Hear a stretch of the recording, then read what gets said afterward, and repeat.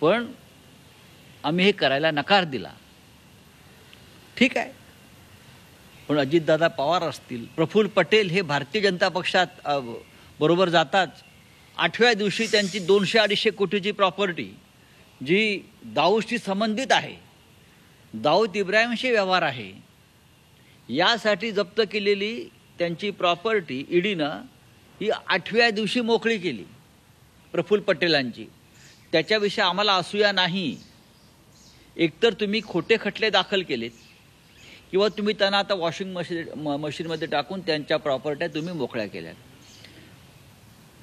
असे महाराष्ट्रात आणि देशामध्ये अनेकांच्या प्रॉपर्टी जे भारतीय जनता पक्षाबरोबर गेले, मग बेनामे असतील, भ्रष्टाचाराच्या पैशातून, मनी लॉन्ड्रिंगच्या पैशातून घेतलेल्या प्रॉपर्टी असतील, या सगळ्यांना आपण ताबडतोब मुक्त केला आहे. हा आपला भ्रष्टाचाराचा झिरो टॉलरन्स. मी यासाठी सांगतोय, मी दादांचं अभिनंदन करतो. ते फार त्याच्यामुळे अस्वस्थ होते, तणावाखाली होते. हजारो कोटीची प्रॉपर्टी त्या लोकांनी जप्त केल्यावर त्यांना पक्ष सोडावा लागला. आपल्या वडिलासमान काकांच्या पाठीत खंजीर खुपसावा लागला. पण आज त्यांच्या चेहऱ्यावरती आम्हाला विधानसभेत हास्य दिसेल, स्मितहास्य दिसेल त्यांच्या कुटुंबाच्या चेहऱ्यावर. त्याबद्दल आम्हालाही आनंद आहे. पण या देशभरामध्ये अशा प्रकारच्या केलेल्या कारवायातून जी संपत्ती जप्त केलेली ईडीने, ती सुद्धा संपत्ती काळजीपूर्वक अभ्यास करून मोकळी करावी असं माझं ईडीला आहे. आणि त्यासाठी त्यांना भाजपमध्ये प्रवेश करायला भाग पाडू नका. अंजली दमने जे म्हणतायत सध्या की याचसाठी अजित पवार म्हणाले तर मी तर उपमुख्यमंत्री पदाची शपथ घेणार. प्रत्येकाच्या मनात हा प्रश्न आहे ना, प्रत्येकाच्या मनात हा प्रश्न आहे. एकनाथ शिंदे यांनी पक्ष का सोडला? याच भीतीपोटी सोडला ना. अजित पवारांनी का सोडला? यासाठी सोडला. प्रफुल्ल पटेलांनी का सोडला? यासाठी सोडला. म्हणजे हा जो विजय आहे भाजपला मिळालेला, किंवा हे जे राजकारण आणि कारस्थान आहे, ते सोपं नाही आहे. तुम्ही उपमुख्य पदाची शपथ घेतल्यावर 4थ्या दिवशी तुमची 1000 कोटीची संपत्ती, जप्त केलेली संपत्ती ही अशा प्रकारे मोकळी केली जाते. 8 दिवस थांबा, एवढी घाई काय आहे? थांबा जरा, लोकांना विसरू द्या. पण निर्लज्जपणाचा हा सगळा कारभार हा सुरू आहे. उद्या जर तुम्ही त्यांच्यासोबत गेले तर तुमची जी प्रॉपर्टी त्यांनी सील केली ती सोडवतील असं तुम्हाला म्हणायचं? नाही, माझ्यावरती यापूर्वी अनेकदा मला या सूचना आलेल्या आहेत. मला तुरुंगात पाठवण्याआधीच माझ्यावर दबाव होता की तुम्ही पक्ष सोडा, शिवसेना सोडा, उद्धव ठाकरेंना सोडा. तुमची माझी संपत्ती त्याच्या आधी जप्त केली होती कारण नसता. संपत्ती कुठे? राहतं घर आहे हो मुंबईतलं. अहो, मध्यमवर्गीय मराठी माणसाचं राहतं घर किती मोठं असणार? 1000 स्क्वेअर फूट, 500 स्क्वेअर फूट. तेही ईडीनं जप्त केलं. ईडीनं आमचं राहतं घर जप्त केलं. त्या घरात मी राहतो ते राहतं घर, वडिलोपार्जित जमीन जप्त केली. किती? 40 गुंठे. 40 गुंठे बरं का, 1000 कोटी नाही, 5, 25, 50 लाख तेव्हाची किंमत. पण आम्हाला त्रास द्यायला ही आमचं घर, आमची गावची जमीन अलिबागची जप्त केली आणि असं दाखवलं की मनी लॉन्ड्रिंगच्या पैशातून. अरे कसलं मनी लॉन्ड्रिंग? सेशन कोर्टानं उडवून लावलं यांच्या मनी लॉन्ड्रिंगच्या केसेस सगळ्या आमच्या विरुद्धच्या. तरी आमचं घर सोडायला हे तयार नाहीत. पण अजित पवारांची 1000 कोटीची प्रॉपर्टी 4 दिवसात सोडवली. प्रफुल्ल पटेलांची 300 कोटी 250 कोटीची प्रॉपर्टी ज्याचा दाऊदशी लिंक लावलं होतं ईडीनं, ती 8 दिवसात सुटली. आता नवाब भाईंची सोडवली जाईल.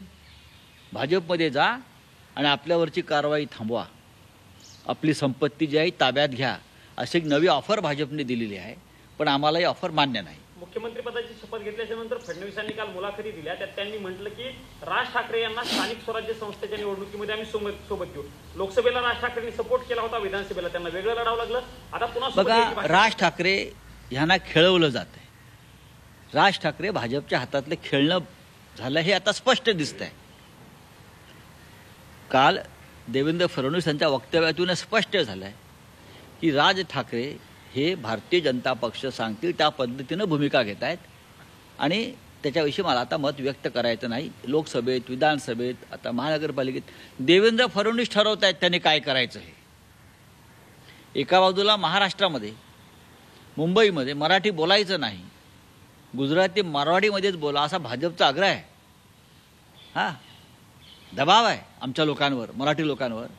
आणि त्या भाजपचं नेतृत्व करणारे देवेंद्र फडणवीस हे राज ठाकरेंनी काय भूमिका घ्यावी, राज ठाकरेंनी कोणाबरोबर जावं हे पत्ते पिस्तत बसले असतील तर त्या संदर्भातली भूमिका आहे ही राज ठाकरे यांनी जाहीर केली पाहिजे. आम्ही काय बोलणार? आम्ही महाराष्ट्राच्या अस्मितेसाठी, मराठी माणसाच्या हक्कासाठी आणि महाराष्ट्राच्या रक्षणासाठी आम्ही आणि उद्धव ठाकरे साहेबांच्या नेतृत्वाखालची शिवसेना ही शेवटच्या श्वासापर्यंत लढत राहू हे आम्ही वचन देतो. स्थानिक स्वराज्य संस्थेच्या निवडणुकांमध्ये महाविकास आघाडी बघायला मिळेल की शिवसेनेची वेगळी भूमिका असेल? बघा, लोकसभा विधानसभेच्या निवडणुका हा एक वेगळा विषय असतो आणि स्थानिक स्वराज्य संस्थाच्या निवडणुका असतात तिथे कार्यकर्त्यांचा रेटा फार प्रचंड प्रमाणात असतो.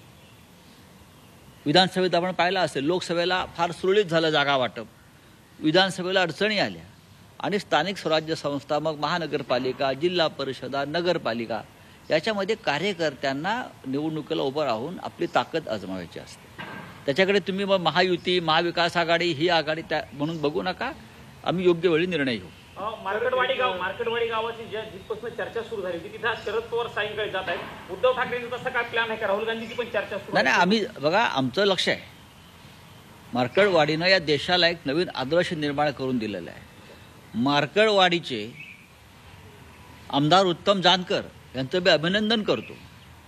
त्यांनी सांगितलं मी राजीनामा देतो, जिंकून आले आहेत ते, मी राजीनामा देतो, पण माझ्या मतदारसंघामध्ये माळशिरसमध्ये बॅलेट पेपरवर निवडणुका घ्या. नाना पटोले यांनी तीच भूमिका घेतलेली आहे की मी राजीनामा देतो आमदारकीचा, माझ्या मतदारसंघामध्ये तुम्ही पुन्हा बॅलेट पेपरवर निवडणुका घ्या. विक्रोळीचे आमदार म्हणजे माझे भाऊ आहे सुनील राऊत हे चांगल्या मतानं निवडून आलेत, पण त्यांना असा विश्वास होता की ते किमान यापेक्षा जास्त मतानं निवडून येतील, पण निवडणुकीत घोटाळा झाला आहे, EVMमध्ये घोटाळा झालेला आहे. त्यांनीसुद्धा मागणी केलेली आहे की मी राजीनामा देतो विक्रोळी मतदारसंघातून आणि माझ्या मतदारसंघातसुद्धा बॅलेट पेपरवर निवडणुका घ्या. अख्ख्या राज्यभरातून जरी मागणी होत असेल विरोधी पक्षाकडून तर निवडणूक आयोग डोळ्यावर झापड्या घालून बसला की कानात बोळे घालून बसलेला आहे. जनतेचा, निवडून आलेल्या लोकांचा निकालावर विश्वास राहिलेला नाही आहे. निवडणुका परत घ्या, राजीनामा देतो सांगतायत. बोला सर, एक प्रश्न असा आहे की सर्वोच्च न्यायालयाने काल म्हटलं की स्थानिक स्वराज्य संस्थांच्या निवडणुका टाळणं हे चुकीचं आहे. आम्ही सगळ्यांची कारणं तपासू आणि आम्ही त्या निवडणूक आयोग आपलं सर्वोच्च न्यायालयावरती फार विश्वास ठेवू नका.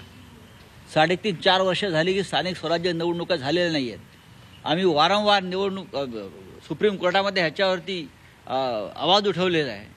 हां, एक महाशय ते निवृत्त होऊन गेले, आता परत त्याच्यावर चर्चा सुरू केल्या. अहो 3.5-4 वर्ष या राज्यामध्ये आमच्या 14 महानगरपालिका, जिल्हा परिषदांमध्ये लोकांचं राज्य नाही आहे. तुम्ही काय आम्हाला न्याय देताय? काय चर्चा कसल्या करताय? निकाल द्या. हां, लेक्चर कसले देताय? लेक्चर द्यायचं असेल तर दिल्ली विद्यापीठात आणि जीवनीमध्ये जाऊन प्राध्यापकांची नोकरी करा. बोलिए.